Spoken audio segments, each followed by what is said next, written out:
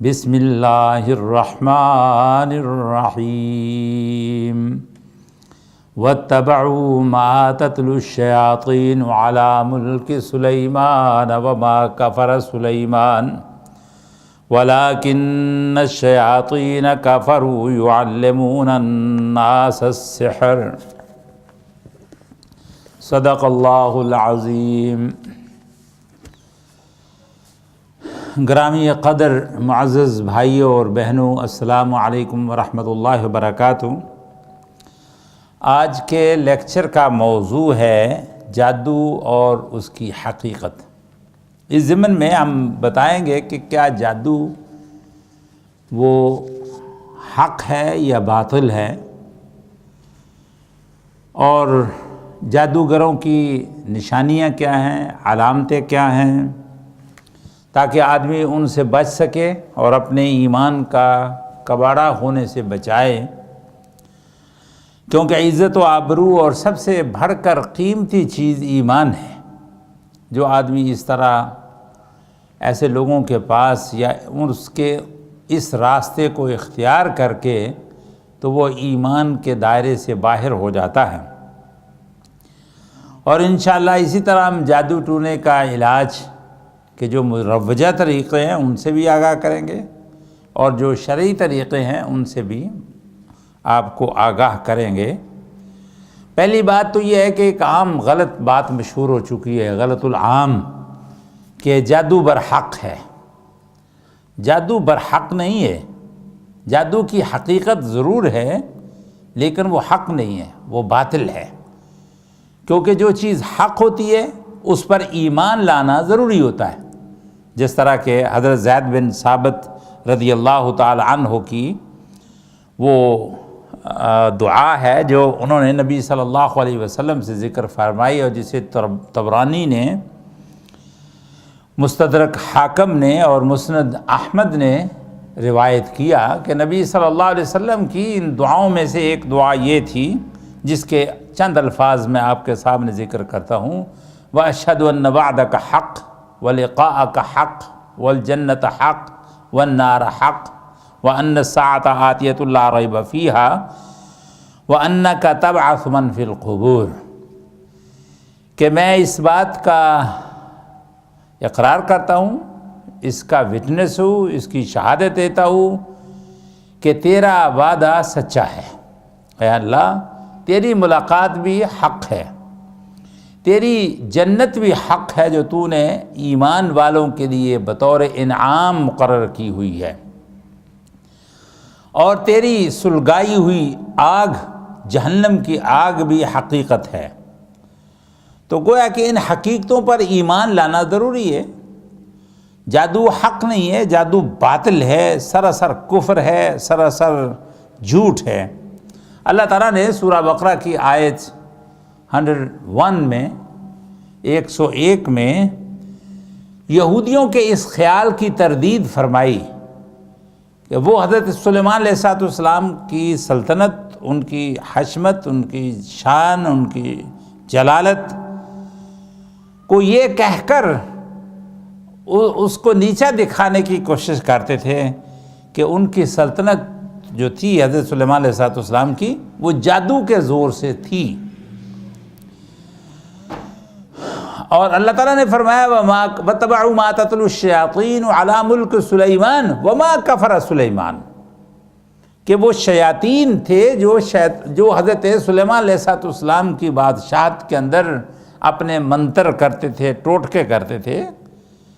اور یہ کفر کرتے تھے۔ وما کفر سلیمان، اور کسی نبی کی شایان شان نہیں ہے کہ وہ کفر کی طرف اقدام بڑھائے، کیونکہ یہ تو سراسر کفر ہے۔ اور قرآن کریم کے دوسری جو اسی آیت کا دوسرا حصہ ہے وہ یہ کہ وہ جو بابل میں ہاروت اور ماروت تھے، وہ کہتے تھے وما يعلمان من احد حتى يقولا انما نحن فتنة فلا تکفر، وہ کہتے تھے کہ بھئی ہم فتنہ ہیں اور تو کفر نہ کر، ہم سے جادو سیکھ کر۔ تو کفر کا لفظ انہوں نے استعمال کیا کہ فلا تکفر، یعنی جادو جو ہے یہ کفر ہے۔ اور جو اگلی آیت ہے، نیکسٹ آیت ہے، وہ ہے 102، اور اس آیت میں اللہ تعالیٰ نے فرمایا وَلَوْ أَنَّهُمْ آمَنُوا وَاتَّقَوْا لَمَثُوبَةٌ مِّنْ عِنْدِ اللَّهِ خَيْرٌ، وہ اگر ایمان لاتے اور اللہ سے ڈرتے تو اللہ تعالیٰ سے وہ بہت بڑا ثواب اور بہت اچھا اجر پاتے ہیں۔ تو ان آیات سے معلوم ہوا، اسی آیت کے ان تینوں ریفرنس سے یہ بات ثابت ہوئی کہ جادو جو ہے یہ کفر ہے۔ امام یحییٰ بن محمد بن حبیر نے ایک کتاب لکھی الاشراف علی مذاہب الاشراف، اس میں سحر کے چیپٹر میں انہوں نے ذکر فرمایا کہ جادو مؤثر ہے، اہل سنت کا عقیدہ ہے کہ جادو مؤثر ہے، لیکن ابو حنیفہ رحمہ اللہ وہ اس کی تاثیر کے قائل نہیں ہیں۔ تو جادوگر جو لوگ ہیں ان کی پہچان کیا ہے کہ جب آپ کسی سے کوئی بیماری کا علاج کرانا چاہیں، یا جیسے کہ وہ ہر آدمی کو شبہ ہو جاتا ہے کہ اس پر جادو کیا گیا ہے، اس پر سایہ ہے، اس پر باہر والی چیزیں اترتی ہیں، یہ ہے وہ ہے، اور وہ لوگ جو اس سلسلے میں بیٹھے ہوتے ہیں، پامسٹ اپنے آپ کو کہنے والے، عامل کہنے والے، نجومی کہنے والے وغیرہ وغیرہ، اور وہ ان سے جو آدمی علاج کروائے تو پہچان لے کہ یہ کفر کا راستہ ہے اور اس کی اجازت نہیں دی گئی۔ ان کی بڑی صاف سی نشانیاں ہیں کہ جادو کرنے والے جو ہے وہ کہتے ہیں کہ اچھا جی مریض کی استعمال والی چیزیں لاؤ، مثلا اس کی بنیان لاؤ، اس کا کپڑا لاؤ، اس کی دھوتی لاؤ، یا اس کی کنگھی لاؤ، یا اس کنگھی کے کچھ بال لاؤ، تو سمجھ لیجئے کہ یہ آدمی جادوگر ہے اور یہ کفر کے راستے کا شیدائی ہے۔ نبی صلی اللہ علیہ وسلم کی کنگھی سے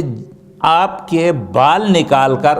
وہ یہودیوں نے آپ پر جادو کیا تھا۔ تو اس لیے جو آدمی یہ کہے کہ بھائی یہ لاؤ تو میں تب علاج کروں گا، یا وہ کپڑا اس کو ماپے کہ یہ چھوٹا ہو جائے گا یا بڑا ہو جائے گا، جب میں عمل کروں گا تو یہ کپڑا جو ہے بڑا ہو جائے گا، یہ چھوٹا ہو جائے گا، تو سمجھ لیجئے کہ یہ بھی جادوگر ہے اور جادو کے راستے کا مسافر ہے۔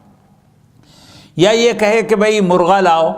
یا کالا بکرا لاؤ، یا کالے بکرے کی سیری لاؤ، یا موٹ کی دال لاؤ، یا ماش کی دال لاؤ، اور اس کو چوک کے اندر ڈال دو، تو سمجھ لیجئے یہ بھی کافروں کے راستے کا پیروکار ہے، اس کے پاس جانا اور اس سے علاج کرانا یہ حرام ہے۔ اور جو کہے کالا دھاگا لاؤ اور اس دھاگے کے اندر گرے مارے، پھر اس کو بتائے کہ تم یہ جو سیارے ایک دوسرے کے اندر جب انٹر ہوں، زحل عطارد میں اور دلو عقرب میں، تو اس وقت یہ عمل کرو یا یہ عمل پڑھو، تو سمجھ لیجئے یہ بھی جادوگر ہے۔ اور یا یہ کہے کہ مریض کو ہمیشہ اندھیرے میں رکھو، اس کو روشنی میں مت لاؤ، مریض تنہا رہے، یا مریض ایک مدت تک نہائے نہیں بلکہ اپنے بدن کو بھی گیلا نہ کرے، تو یہ آدمی بھی یہ جادوگروں کی قبیل سے تعلق رکھتا ہے۔ اور جو عمل کرتے ہوئے اس پر عمل کرتے ہوئے جادو جس پر ہو چکا ہے اس پر عمل کرتے ہوئے اس پر کپڑا ڈال کر اس کے اندر بیٹھ کر پڑے اور اس پر پھونکے مارے، سمجھے کہ بھی یہ بھی غلط کام کرنے والا آدمی ہے۔ یا وہ کسی چند وہ آپ کو کچھ چیزیں دے کہ ان کو قبرستان کے اندر دفن کرو، تو سمجھ لیجئے کہ یہ بھی جادوگروں کے قبیل سے تعلق ہے اس کا بھی۔ یا جو کچھ چیزیں دے اور کہ ان کو دھونی دی جائے اس کے ساتھ، اور یا وہ تعویذ دو کہ گھر کے دروازے کے ساتھ باندھ دو، یا بستر کے نیچے بچھا دو، یا اس کو گھول کر پلا دو، اور فلاں فلاں وقت اس کو پلایا جائے، رات کو سوتے وقت، یہ وہ اس طرح کی جو حرکتیں کرے، یہ بھی جادو کے راستے پر ہے۔ یا وہ تعویذ یا دم کرتے ہوئے تلسماتی سے الفاظ بولتے ہیں، بہت عجیب قسم کے الفاظ، کڑکن کڑکان وغیرہ وغیرہ، تو یہ جو اس طرح کے الفاظ بولتے ہیں تو یہ بھی دھوکے باز لوگ ہیں اور جادو کے راستے کے مسافر ہیں، اور ایسے وظیفے پڑھیں کہ جو کسی کی سمجھ میں نہ آئے،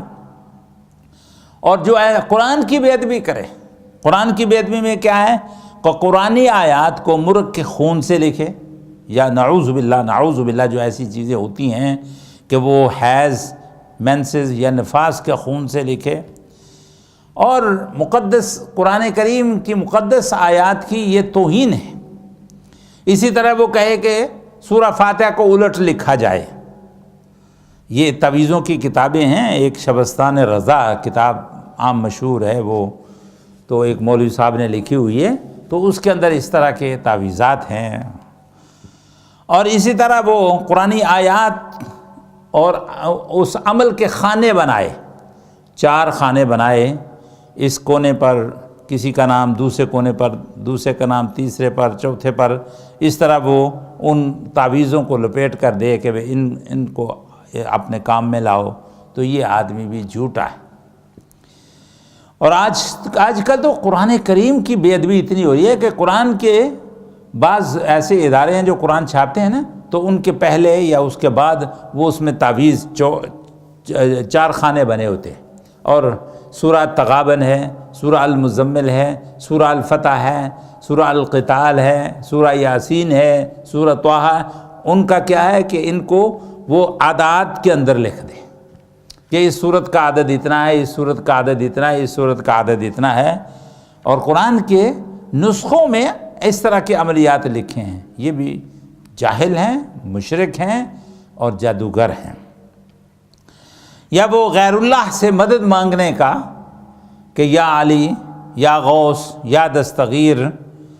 یا حسن، یا علی، یا حسین، یا اللہ، یا محمد، اس طرح کے جو تعویذات بنائیے، سمجھ لیجئے کہ وہ بھی مشرک ہے۔ اس کے پاس بھی جانا اور اس سے علاج کرانا، یہ بھی بہت بڑا اپنے ایمان کو برباد کرنے کے مترادف ہے۔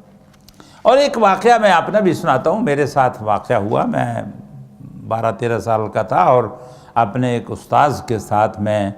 کہ جن کا تعلق مانسرہ سے تھا، ایبٹ آباد سے آگے ہے مانسرہ تھا، تو وہاں ان کی فیملی جو ہے وہ قاضی فیملی، وہ سارے مسجدوں کے امام ہیں، اور مولانا غلام غوث ہزاروی صاحب کی جماعت تھی، اس کے ساتھ ان کی ہمدردیاں تھیں۔ تو میرے استاد جی، میں بھی ساتھ تھا ان کے، تو ایک امام صاحب کے پاس گئے اور ان سے کہا کہ بھئی آپ فلاں جو چیز کا عمل ہے وہ مجھے بتائیے، تعویذ بتائیے۔ اب اس آدمی نے کیا کیا، وہ قرآن کا حافظ تھا، امام تھا، تو اس نے کیا کیا، ایک خان نے اس طرح کے 4 خانے بنائے، مربع بنائے، اس کے ایک کونے پر لکھا یا فرعون، دوسرے کونے پر لکھا یا حامان، تیسرے کونے پر لکھا یا شداد، اور چوتھے پر بھول گیا۔ تو اس وقت ایک تحریک چل رہی تھی نظام مصطفیٰ کے نام سے، تو جو وقت کا حاکم تھا، لوگ بڑے تنگ آئے تھے، بڑا ظلم ہو رہا تھا، تو میں نے کہا کہ اس کا نام لکھ دو۔ اب وہ چھینپ گیا اور میری طرف اس نے دیکھا تو کہنے لگا کہ یہ کیا کہہ رہے ہو؟ میں نے کہا یہ فرعون، حامان، یہ تو بہت پرانے لوگ ہیں نا، یہ آج کل کا یہ ہے، اس لیے یہ زیادہ مؤثر ہے۔ تو وہ میری طرف گھور کر اس نے دیکھا، تو میں نے اسے کہا، میں نے کہا اللہ سے ڈرو، تم قرآن کے حافظ ہو، کوئی قرآن کا عمل بتلاؤ، کوئی سورہ یاسین بتاؤ، کوئی قل هو اللہ احد بتاؤ، قل اعوذ برب الناس، قل اعوذ برب الفلق، اور تم یہ مدد غیر اللہ سے اور وہ بھی اللہ کے دشمنوں سے مدد مانگتے ہو، نعوذ باللہ من ذالک، یہ تو صریحاً کفر نہیں تو اور کیا ہے؟ تو استاد جی میرے اوپر ناراض ہوئے، کیونکہ میں تھوڑی سی بچہ تھا، لیکن جب میں نے ان کو یہ بات کہی تو استاد جی کافی ناراض ہوئے، لیکن میں آج تک لذت محسوس کر رہا ہوں کہ میں نے یہ حق بات جو ہے ان کو کہہ دی۔ تو اس طرح یہ لوگ نہ صرف غیر اللہ سے بلکہ یہ اللہ کے اعداء اللہ، دشمنوں، اللہ کے دشمنوں سے مدد مانگنے والے جو ہوں تو وہ سمجھ لیجئے کہ یہ جادوگر ہیں، ان کے پاس جانا اپنے ایمان کو برباد کرنے کی بات ہے۔ اس لیے اللہ تعالیٰ سے دعا کرنی چاہیے کہ وہ اس قسم کی مصیبتوں سے اور ایمان کی آزمائش سے ہم سب کو محفوظ فرمائے۔ وآخر دعوانا الحمدللہ رب العالمین۔